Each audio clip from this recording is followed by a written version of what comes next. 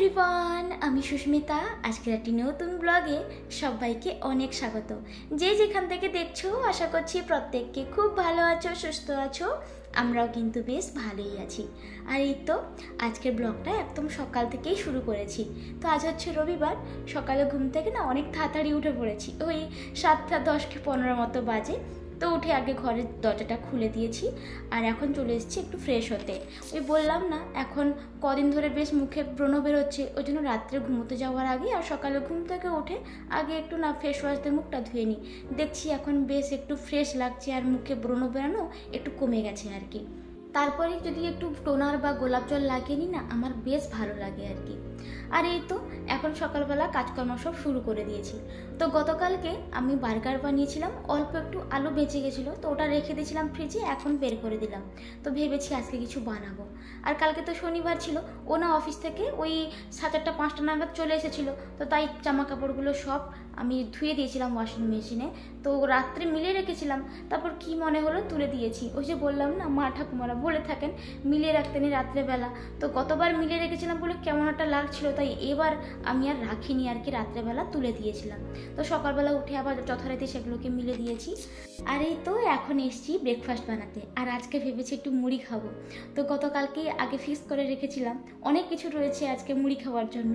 তো আলু যে ছিল, ভেবেছি একটু চপ বানাবো, তার সঙ্গে বেগুন তো ছিল না।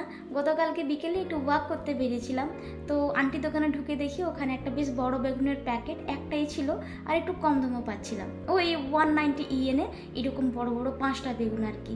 বেগুনের সাইজটা দেখে আমার তো খুব ভালো লেগে গেছিলো, তবে একটু রিস্কেই এনেছিলাম। কেন বলো তো, একটা সুপার মার্কেটে না এর আগে এইরকম বড় বড় বেগুন এনেছিলাম, ওখান থেকে বেগুনের ভেতরটা একদম খারাপ ছিল।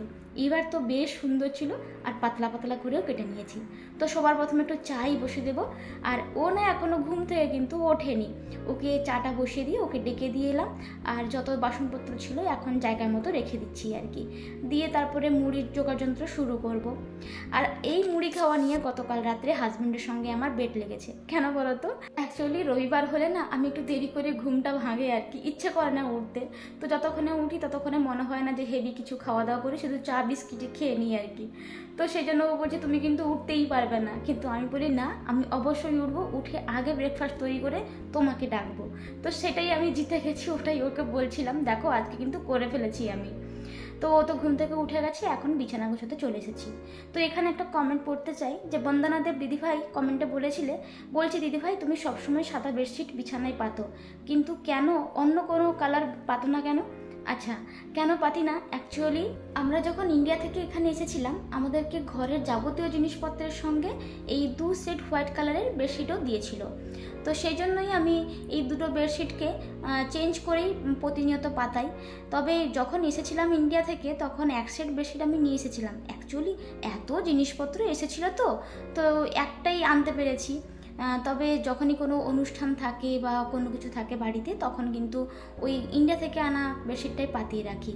তো সেই সূত্রে হয়তো তোমরা প্রতিদিন দেখতে পাও যে হোয়াইট কালারের বেডশিটটাই আমি বিছানায় পাতিয়ে রেখেছি। তো সেজন্য হয়তো তুমি আমাকে জিজ্ঞাসা করেছিলে। আশা করছি তুমি অ্যান্সারটা পেয়েছো দিদিভাই। আর থ্যাংক ইউ এইরকম সুন্দর একটা কমেন্ট করার জন্য। আর এই তো এখন বিছানা গোছানোর পর চলে এসেছি, কয়েকটা বেগুনি প্রথমে ভেজে নিলাম, এবার আলুর চপগুলো ভেজে নেব। তো আমি যখন বার্গার বানাই না, আলুতে তেমন কিছু একটা দিই না, শুধুমাত্র পেঁয়াজ ছাড়া। তো এই আলুটার চপটা খেতে তেমন একটা খারাপ লাগেনি, তবে মোটামুটি লেগেছিলো আর কি। আর এবার মুড়িটা মাখিয়ে নেব। তো মুড়ি দেওয়ার সময় না একটু মুড়ি বেশি হয়ে গেছিলো, তবে এত কিছু সরঞ্জাম ছিল, একটু বেশি করে খাওয়া হয়ে গেছে। আর যাই হোক, এবার সঙ্গে মুড়িটা ভালো করে আমি একটু সাজিয়ে গুছিয়ে নিচ্ছি আর কি। আর সঙ্গে একটু চাটাও গড়িয়ে নেবো। আর চাটা না অনেকটা ঠান্ডাও হয়ে গেছে, তবে ঠান্ডা চা খেতে বেশ ভালোই লাগে আমার। আর খাওয়া দাওয়া শেষ করে আমি একটুও সময় ওয়েস্ট না করে চলে এসেছি এখন দুপুরের আয়োজন করতে। তো এখন না তোমরা প্রায় সময় দেখতে পাবে যে উচ্ছে বাড়িতে রান্না হচ্ছে। তো আজকে আমি একটু উচ্ছে ভাজা করব, যেহেতু এখন বেশ পাচ্ছি, তো ওই জন্য। আর জাপানে কিন্তু ঢ্যাঁড়সের প্রচণ্ড দাম, শুনলে কিন্তু অবাক হয়ে যাবে। এখানে মাত্র ওই ছোটো ছোটো একদম ঢ্যাঁড়সের প্রাইস হচ্ছে ওই 8টা মতো থাকে, ওর 100 ইয়েন আর কি। তবে এই প্রথমবার আমি ঢ্যাঁড়সগুলো একটু কম দামে পেয়েছি। তো শুক্রবার যে গেছিলাম না বাজার করতে, তো বলা হয়নি যে কী বাজার করেছি। ওই ঢ্যাঁড়স নিয়ে এসেছিলাম, আর সঙ্গে এই ছোটো আলুগুলো। তো প্রথমে তো মনে হয়েছিল বেশ বুড়ো, কিন্তু পরে কাটার পর আর খাওয়ার সময় দেখি না বেশ নরম আর কি। আর ওদিকে রান্না করতে করতে না এদিকে তাড়াহুড়ো করে চলে এসেছি টেবিলটাকে ক্লিন করতে। কেন বলো তো, হাজব্যান্ড ওদিকে ভ্যাকুয়াম দিয়ে ঘর ক্লিন করা শুরু করে দিয়েছে। আমি ওকে বললাম যে তুমি ছাড়ো, আমি সময় মতো করে নেব। ও বললো না আমি করে দিচ্ছি। তো যখনই ওর অফিসের কোনো কাজ থাকে না, ও একটু ফ্রি থাকে, তখন ও ঘরে টুকটুক করে কাজে আমাকে হেল্প করে দেয়। তো আমি সব সময় এটা ভাবি যে একটা না সংসার সত্যি সুখের হয় না একটা রুমের রমণীর গুণে। একটা ভালো হাজব্যান্ডও থাকা দরকার যে তোমার পাশে সব সময় প্রতিনিয়ত থাকবে, তোমাকে হেল্প করবে।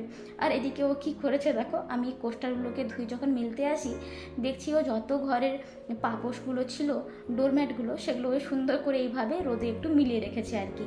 ওকে বললাম যে পড়ে যেতে পারে, ও বললো না না কিচ্ছু হবে না। আর তার সঙ্গে দুটো শু ও দুজনের একটু রোদে দিয়ে দিয়েছে যাতে গন্ধটা চলে যায় আর কি। আর এই ছোটো ছোটো জিনিসগুলো করে ও যখন আমাকে একটু একটু করে হেল্প করে না, আমার খুব ভাল লাগে। ওকে কিন্তু কোনো কিছুতে বলতে হয় না, ও নিজে থেকে সব কিছু করে। তো পরে নিজের মনের মধ্যে ভেবে না খুব ভালো লাগে, খুব খুশি হই আর কি। আর এই তো এখন চলে এসেছি এই সর্ষে বাটা দিয়ে আজকে একটু ঢ্যাঁড়স আলু তরকারি করব। যেহেতু অনেক দিন পর ঢ্যাঁড়সটা পেয়েছি, তার জন্য হাজব্যান্ডেরই আবদার ছিল একটু করতে, তার জন্য ওটা করছি। আর তার সঙ্গে সবজি দিয়ে সালমন মাছের একটা পাতলা ঝোল করব। তো সবজিগুলো না অনেকটা কটায় কেটেছি। কেন বলো তো, একদম ভেবেছি রাত্রেবেলার জন্য করে দেবো। যেহেতু আজকে রবিবার, একটু তো বাইরে বেরোবই, তো আসার পর রান্না করতে ইচ্ছে করে না, শুধু একটু ভাত চাপালেই হয়ে যাবে। তো এখানে কয়েকটা টমেটোও কেটে রাখছি, আর তার সঙ্গে কয়েকটা আমি এখানে লঙ্কাও নিয়ে নিয়েছি। আর যেহেতু সবজি কাটা হয়ে গেছে, তার জন্য এই জায়গাটাকে ক্লিন করে নেব, দিয়ে তরকারিটা তো হয়ে গেছে, ওটাকেও নামিয়ে নেব। তো সুনয়ের পথ চলা থেকে দিদিভাই কমেন্ট করে বলেছিলে, একদম সত্যি কথা, তুমি সুন্দর করে গুছিয়ে কাজ করো আর কথাও খুব সুন্দর করে বলো। তোমার ভিডিও কখন যে ফুল ওয়াচ হয়ে যায় আমি বুঝতেই পারি না, আমার এত ভালো লাগে। থ্যাংক ইউ সো মাচ দিদিভাই, তুমি এত সুন্দর মিষ্টি একটা কমেন্ট করলে, তোমাকেও এত ভালোবাসা। আর এই তো এখন মাছগুলোকে ভালো করে ধুয়ে তারপরে নুন মাখিয়ে ভাজতে বসিয়ে দিয়েছি। তো এইসব কাজকর্মই করছিলাম, এদিকে না দুটো ঘটনা পরপর ঘটে গেছে। কী বলো তো, আমি ওকে বলছিলাম যে প্রচণ্ড বাতাস হচ্ছে, তুমি ওই ডোরম্যাটগুলোর উপর কিছু একটা দিয়ে দাও, নাহলে পড়ে যাবে। তো ও দিল না, হঠাৎ করে না প্রচণ্ড বাতাস এসে একটা মাত্র পড়ে গেল। দিয়ে আমি ছুটে এসে না আগে এই বাকি যে টি কোস্টারগুলো ছিল সেগুলোকেও নামিয়ে নিয়েছি। দিয়ে ওটাই ভাবছিলাম যে ওটা তো বেডরুমে ছিল, ওটা পড়ে গেল, আবার একটা কিনতে হবে, নষ্ট হয়ে গেল, ওই সব ভাবছিলাম। দিয়ে লঙ্কা কাটছিলাম, তো লঙ্কার ভিতরে যে জলটা ছিল না, ওটা পিচকারি মেরে আমার চোখে পড়ে গেছে। এমনভাবে পড়ে গেছে, আমার সেকেন্ডের মধ্যে মনে হয়েছিল না যে আমার চোখটা খারাপ হয়ে গেল। আর এত জ্বালা করছিল, প্রচণ্ড পরিমাণ জলের ঝাপটা দিয়েছি, তারপরে গিয়ে একটু ঠিক হয়েছে। একটু এসে বসছিলাম, তো তখন হাজব্যান্ড আমাকে বকছিল যে তুমি কেন চশমা পরোনি। তো সবসময় না আমার মনে থাকে না চশমা পরতে। তো মোটামুটি তারপরে অনেকক্ষণ পর চোখটা একটু ভালো হতে কাজকর্ম শুরু করেছি। তারপর কয়েকটা ফল খেলাম। আর আজকে কি ভেবেছি বলো তো, আর তেমন কিছু কাজকর্ম করব না। তখন শুধু ওই শস্যটা বাটতে গিয়ে একটু হালকা জল টল পড়ে গেছিলো বলে জায়গাটাকে একটু ক্লিন করে নিচ্ছি। আর সত্যি বলতে আজকে এত ভয় লাগছিল, একটা ছোট্টর উপর দিয়ে বেরিয়ে গেছে, যদি কিছু হয়ে যেত না তাহলে চোখটা আমার কী যে হতো, এমনিতে তো খারাপ, তারপরে আবার কি হতো কে জানে। তো তোমরা সবাই আমাকে কমেন্ট করে বলো তুমি একা থাকো, যখন রান্না করবে সাবধানে করবে। আমি সত্যি বলছি সাবধানেই কাজকর্ম করছিলাম, কিন্তু ওই যে অন্যমনস্ক ছিলাম না, কি করে যে কি হয়ে গেল না হঠাৎ করে আমি না বুঝতে পারিনি। সত্যি কি বলো তো, যে এত দূরে থাকি তো ছোট কিছু একটা হয়ে গেলে যেন মনে হয় কত বড় কিছু একটা হয়ে গেছে, ভয় লাগে আর কি। সবসময় মনে হয় যে দূরে আছি তো যেন কিছু না হয়, সবসময় যেন ভালো থাকি, সেফভাবে থাকার চেষ্টা করি। তো যাই হোক, আপাতত চোখটা তো মোটামুটি তখন ভালোই ছিল। তারপরে এই তো রান্নাটা হয়ে গেছে, এবারে বাসন টাসনগুলো ভালো করে মেজে নিয়ে গ্যাসটাকে মুছে দিলেই হয়ে যাবে আর কি। তো বাসনগুলো মাজতে মাজতে ওদিকে আমার গ্যাসটাও একদম ঠান্ডা হয়ে গেছে। প্রথমে টিস্যু পেপার দিয়ে আমি ভালো করে তেলটাকে মুছে নিই, আর তারপর একটা কাপড় দিয়ে ক্লিন করে নিলে আমার ওভেনটা না একদমই তেল তেল থাকে না, খুব সুন্দরভাবে ক্লিন হয়ে যায়। আর তার সঙ্গে তো ওয়ালটাকে তো আমি ক্লিন করেই থাকি, সেটা তোমাদেরকে সবসময় বলি। আর এই তো গ্যাসটা আমার ভালো করে ক্লিন হয়ে গেছে। তারপর স্নান টান সেরে পুজোটাও দিয়ে নিয়েছিলাম, দিয়ে এখন খাবারগুলো বেড়ে নিয়েছি। আর প্রতিদিন খেতে বসার সময় আমরা তারক মেহতাকার উল্টা চশমার যে কোনো একটা শো দেখি আর কি। তো খেতে খেতে বেশ ভালো লাগে, এনজয় করে খাওয়া যায়। আর খেয়ে দিয়ে না আমি কিন্তু একটুও শুই না, মানে আমার ভালো লাগে না ঘুমোতে কখনো দুপুরবেলা। আর যেহেতু কাপড়গুলো অলরেডি শুকিয়েই গেছিলো, তো ওই জন্য ওগুলোকে তুলে নিচ্ছি, ভাঁজ করে রেখে দেবো। আর কাপড় তুলে নেওয়ার পর না আমি নিচের দিকে দেখছিলাম আর কি, যে ও পাপোশটা পড়ে রয়েছে নিচে, আমি আনতে পারছি না, খুব খারাপ লাগছিল আর কি।